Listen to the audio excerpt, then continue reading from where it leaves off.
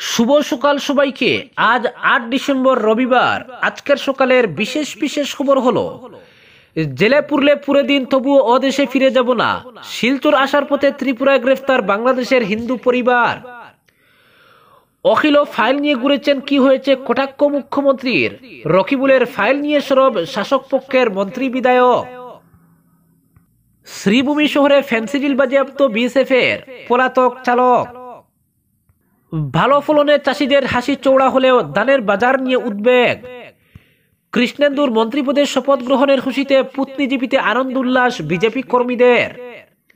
মন্ত্রীপদের শপথ কৌশিক কৃষ্ণেন্দুর, শপথ নিলেন প্রশান্ত রূপেশও, দফতর বন্টন সোমবার। এবং সর্বশেষ খবরটি হলো, হাসিনা সরকারের পতনের পর থেকে প্রতিবেশী দেশে হিন্দু সহ সংখ্যালঘুদের উপর হামলা অব্যাহত। উত্তেজনার মধ্যেই ঢাকা সফরে যাচ্ছেন বিদেশ সচিব। এবারে শুনুন বিস্তারিত খবর। জেলে পুরলে পুরে দিন তবু অদেশে ফিরে যাব না, শিলচর আসার পথে ত্রিপুরায় গ্রেফতার বাংলাদেশের হিন্দু পরিবার। হ্যাঁ, আমরা অবৈধভাবে বাংলাদেশ থেকে এখানে ঢুকেছি। হ্যাঁ, আমরা অবৈধ অনুপ্রবেশকারী। এখন আমাদের যদি জেলে পুরে দেন তো সেটাও ভালো, কিন্তু আমরা আর কোনোভাবেই বাংলাদেশে ফিরে যাব না। গেলেই প্রাণে মেরে ফেলবে আমাদের, সাফ জানিয়ে দিয়েছেন শঙ্কর চন্দ্র সরকার। বৃদ্ধ বাবা সুধীর চন্দ্র সরকার, স্ত্রী, 3 শিশু সন্তান, ভাই সব মিলিয়ে পরিবারের মোট 9 জনকে নিয়ে বাংলাদেশের কিশোরগঞ্জ জেলা থেকে এক বস্ত্রে পালিয়ে ত্রিপুরা সীমান্ত দিয়ে ভারতে ঢুকেছেন শনিবার কাকবুরে। গন্তব্য ছিল শিলচর।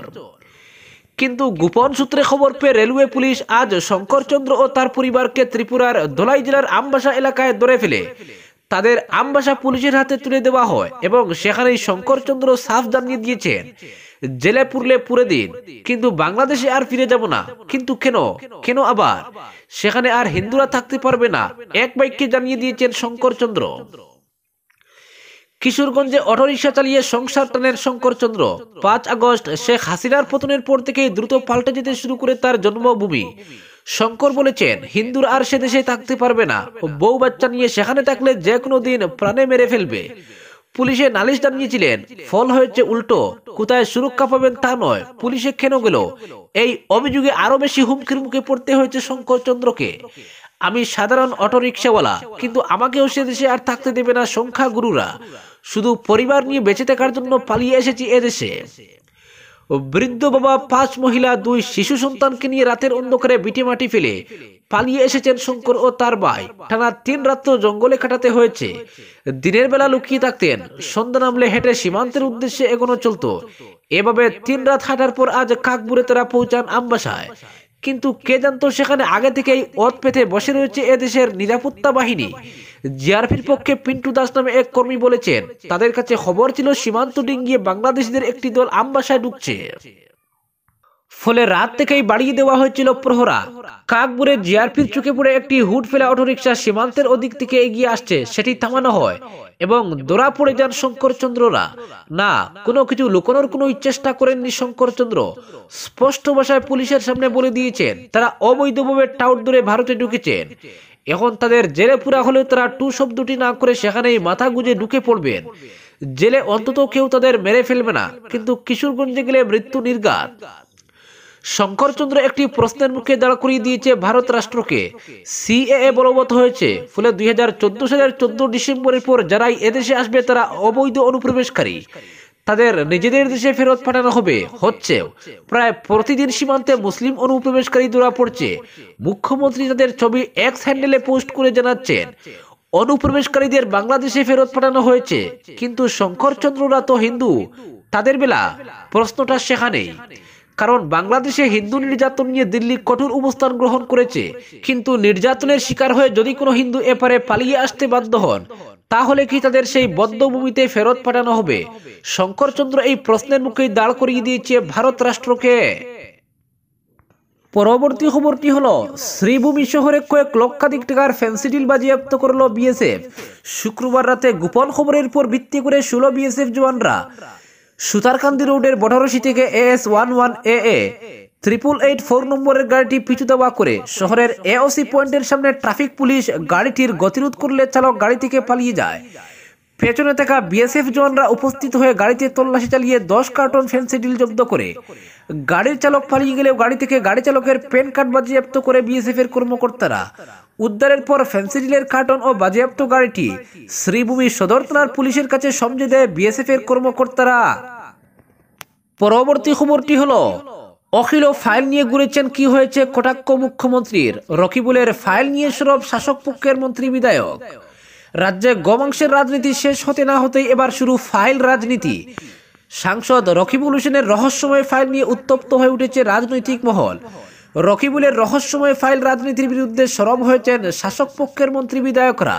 মুখ্যমন্ত্রী হিমন্ত বিশ্ব শর্মাও শনিবার ফাইল প্রসঙ্গে ফের কটাক্ষ করেন সাংসদ রকিবুলকে। তিনি বলেন, কোনো ব্যক্তির যখন বয়স বাড়ে তখন তার আচার আচরণ, চালচলন, কথাবার্তায় পরিবর্তন হয়, কিন্তু রকিবুলের ক্ষেত্রে সেটা হতে দেখা যাচ্ছে না। রকিবুলের রহস্যময় ফাইল প্রসঙ্গে তিনি বলেন, 2009 সালে অখিল গগৈ এভাবে ফাইল হাতে নিয়ে ঘুরে বেড়াতেন, তখন তার বয়সও কম ছিল, রাজ্যের টিভি চ্যানেলও নতুন, ফলে টিভি চ্যানেলেও অখিলকে নিয়ে আনকাট ফুল কাট প্রচার চালাতো। কিন্তু এখন কি হয়েছে, প্রশ্ন মুখ্যমন্ত্রীর। সাংসদ রকিবুলকে লক্ষ্য করে মুখ্যমন্ত্রী বলেন, রকিবুলের এখন যা বয়স, এই বয়সে এসে তার এভাবে 2009 সালের অখিলের মতো ফাইল নিয়ে রাজনীতি শোভা পায় কিনা সেটা ভেবে দেখা দরকার। মুখ্যমন্ত্রী হিমন্ত বিশ্ব শর্মা পরোক্ষভাবে সাংসদ রকিবুলকে পরিপক্ক রাজনীতি করার আহ্বান জানান। অন্যদিকে বিজেপির প্রদেশ সভাপতি ভবেশ কলিতা বলেন, সামাগুড়িতে পুত্রের পরাজয়ের পর রকিবুলের উচিত সাংসদ হিসেবে ধুবড়িতে মনোনিবেশ করা, না হলে তিনি যে উল্টোপাল্টা আচরণ শুরু করেছেন তাতে এক সময় ধুবড়ির লোকেরাও তাকে তাড়িয়ে দেবেন। মন্ত্রী জয়ন্ত মল্ল বড়ুয়া সাংসদ রকিবুলকে রাস্তার পাশের হাট বাজারের জাদুকর আখ্যা দেন। তিনি বলেন, জাদুকর যেভাবে চিকিৎসা করে লোক জমিয়ে খেলা দেখায়, রকিবুলও তাই করছেন। মন্ত্রী রঞ্জিত কুমার দাস বলেন, 2009 সালের ফাইলের কি রহস্য তা প্রকাশ না করে সাংসদ ফাইল নিয়ে ব্ল্যাকমেইলিং এর রাজনীতি শুরু করেছেন। পরবর্তী খবরটি হলো, ভালো ফলনের চাষিদের হাসি চোড়া হলেও ধানের বাজার নিয়ে উদ্বেগ। বর্ষায় অতিবৃষ্টি আর বন্যায় একসময় আশঙ্কা তৈরি হয়েছিল, এবার হয়তো ধানের ফলন মার খাবে বরাক উপত্যকায়, দেখা দেবে খাদ্য সংকট। কিন্তু সব আশঙ্কাকে উড়িয়ে দিয়ে ফলন আরো ভালো হয়েছে। বিশেষ করে বন্যা পীড়িত এলাকায় অন্যান্য বছরের তুলনায় বেশি হয়েছে ধানের ফলন, বলছেন কৃষকরা। কাছাড় জেলার খাদ্য ভাণ্ডার হিসেবে পরিচিত পূর্ব সোনাই এলাকায়ও এবার দারুণ ফলন হয়েছে ধানের। প্রশস্ত মাঠগুলোর সোনালী রূপ দেখে হাসি ফুটেছে কৃষক মহলে। ভালো ফলন পেতে হলে সাধারণত ভাদ্র মাসের ভেতরেই ধান লাগানোর কাজ শেষ করে দিতে হয়, কিন্তু বন্যার জন্য এবার ভাদ্র মাসের আগ পর্যন্ত কার্যত কৃষিকাজ করতেই পারেননি বন্যা পীড়িত পূর্ব সোনাইয়ের চাষিরা। দেরিতে কৃষিকাজ শুরু করায় ধান লাগানো শেষ হতে কারো কারো তো অশ্বিন মাসই পেরিয়ে যায়। তাই ফলন নিয়ে আশঙ্কায় ছিলেন তারা, কিন্তু সব আশঙ্কাকে অমূলক প্রমাণ করে মাঠে উপচে পড়েছে ধানে। একাংশ কৃষক জানালেন, মূলত এবার কার্তিক মাসে খুব বেশি বৃষ্টিপাত হয়েছে এবং দফায় দফায় হয়েছে, আর এতেই ছক্কা হাঁকিয়েছেন তারা। প্রযুক্তির যুগে বরাক উপত্যকার কৃষি এখনো প্রকৃতি নির্ভর, ঠিকঠাক বৃষ্টিপাত না হলে এমন ফলন হতো না বলেই মনে করছেন রাঙ্গিরঘাটের কৃষক রমিজউদ্দিন লস্কর। তিনি ভাগে চাষি, এবার 7 বিঘা জমি চাষ করেছেন।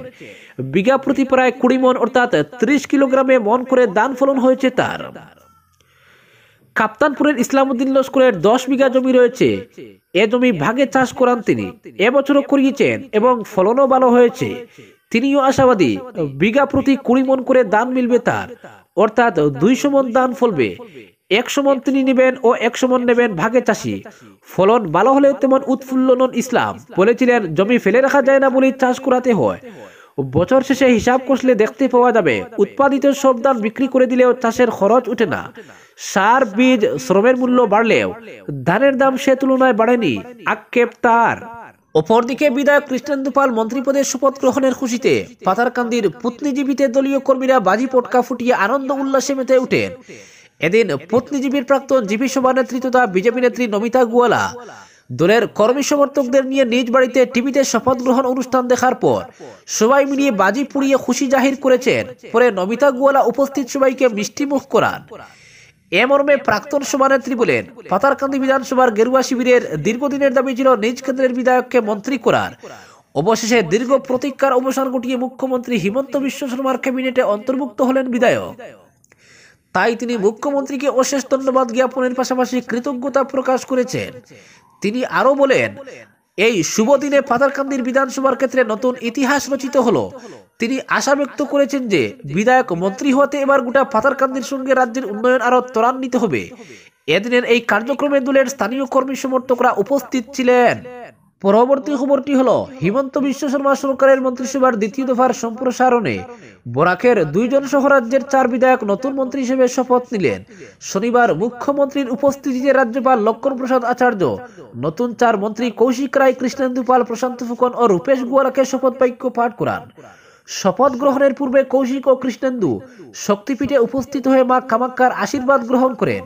পাথারকান্দির 2 বারের বিধায়ক কৃষ্ণেন্দু পাল বাংলায় শপথ নিলেও লক্ষ্মীপুরের প্রথমবারের বিধায়ক কৌশিক রায় হিন্দিতে শপথ নেন। অন্যদিকে উজান আসামের 2 বিধায়ক ডিব্রুগড়ের বিধায়ক প্রশান্ত ফুকন ও ডুমডুমার বিধায়ক রূপেশ গোয়ালা অসমীয়াতে শপথ গ্রহণ করেছেন। মন্ত্রী হিসেবে শপথ নিলেও দফতর বন্টন করা হবে সোমবার, এই ইঙ্গিত দিয়েছেন মুখ্যমন্ত্রী হিমন্ত বিশ্ব শর্মা। তিনি বলেন, মন্ত্রী কম থাকায় অধিকাংশ জেলায় অভিভাবক মন্ত্রী নিয়োগ করা সম্ভব হয়নি। একাধিক মন্ত্রীকে অতিরিক্ত দায়িত্ব দেওয়া হয়েছে। মুখ্যমন্ত্রী হিসেবে নিজের হাতেও একাধিক বিভাগ রয়েছে বলে উল্লেখ করেন মুখ্যমন্ত্রী। নতুন 4 মন্ত্রী মন্ত্রিসভায় অন্তর্ভুক্ত হয়ে সব বিভাগ ন্যায় পাবে। বিভিন্ন ক্ষেত্রের পাশাপাশিকে গুরুত্ব দেওয়া হবে। এজন্য মন্ত্রিসভায় দফতরের ব্যাপক রদবদল হওয়ার সম্ভাবনা রয়েছে বলেও জানিয়েছেন মুখ্যমন্ত্রী।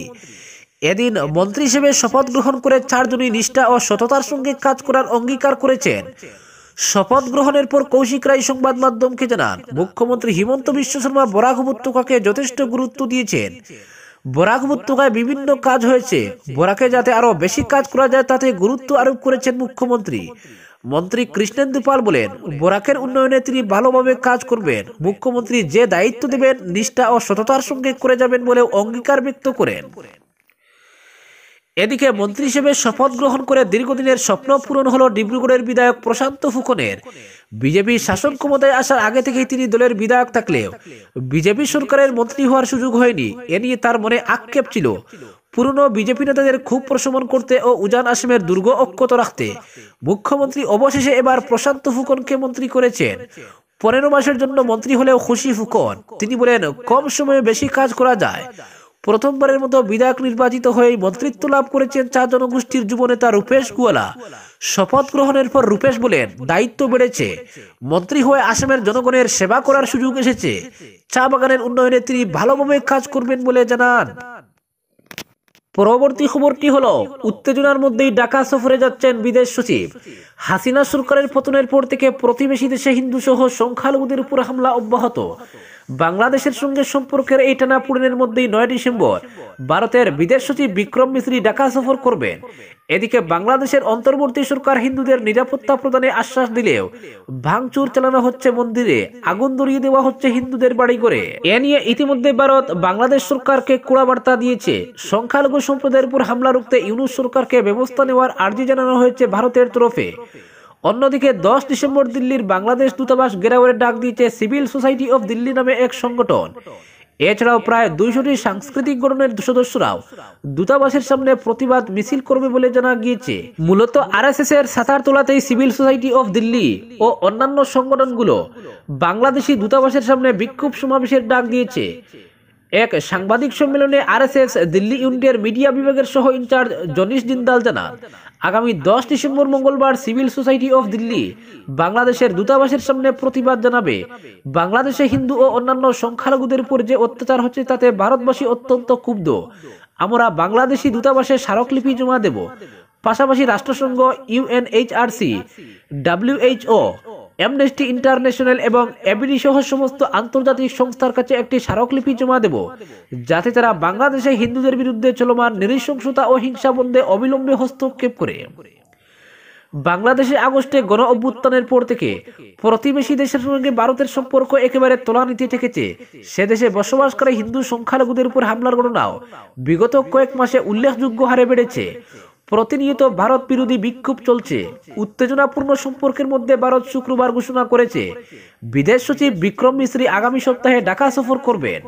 বিদেশ মন্ত্রকের মুখপাত্র রণদীপ জয়সওয়াল বলেছেন, মিশ্রি বিদেশ মন্ত্রকের পরামর্শ কাঠামোর অধীনে একটি বৈঠকে যোগ দিতে বাংলাদেশে যাবেন। হিন্দু সন্ন্যাসী চিন্ময় কৃষ্ণ দাসকে গ্রেফতারের বিষয়ে বিদেশ মন্ত্রকের মুখপাত্র বলেছেন, ভারত এই মামলায় একটি ন্যায্য, ন্যায়সঙ্গত এবং স্বচ্ছ আইনি প্রক্রিয়া আশা করে। তিনি বলেন, আমরা এর আগেও বিষয়টি নিয়ে কথা বলেছি। আমরা আমাদের প্রত্যাশা পুনর্ব্যক্ত করতে চাই যে বাংলাদেশে চলমান আইনি প্রক্রিয়াগুলি সুষ্ঠু, ন্যায়সঙ্গত এবং স্বচ্ছ পদ্ধতিতে অনুসরণ করা হবে। শেখ হাসিনার সরকারকে ক্ষমতা থেকে সরিয়ে মোহাম্মদ ইউনূসের নেতৃত্বাধীন অন্তর্বর্তী সরকার ক্ষমতায় আসার পর ভারত বাংলাদেশ সম্পর্কের অবনতি ঘটে। প্রতিবেশী দেশটিতে সংখ্যালঘু, বিশেষ করে হিন্দুদের উপর ক্রমাগত হামলার বিষয়ে ভারত উদ্বেগ প্রকাশ করে আসছে। গত কয়েক মাসে বাংলাদেশে হিন্দু সম্প্রদায় সহ সংখ্যালঘুদের উপর হামলার সংখ্যা দ্রুত বেড়েছে। ভারত গত সপ্তাহে বলেছিল, বাংলাদেশের অন্তর্বর্তী সরকারকে সব সংখ্যালঘু মানুষের সুরক্ষার দায়িত্ব পালন করতে হবে। হিন্দুদের বিরুদ্ধে ক্রমবর্ধমান হামলার ঘটনা নিয়ে উদ্বেগ প্রকাশ করেছে ভারত। উল্লেখ্য, রাষ্ট্রদ্রোহিতার অভিযোগে গত মাসে ঢাকার হযরত শাহজালাল আন্তর্জাতিক বিমানবন্দর থেকে গ্রেফতার হন তিনি। এরপর থেকে জেলবন্দী রয়েছেন চিন্ময় কৃষ্ণ দাস। আজকের বিশেষ সংবাদ এখানেই সমাপ্ত।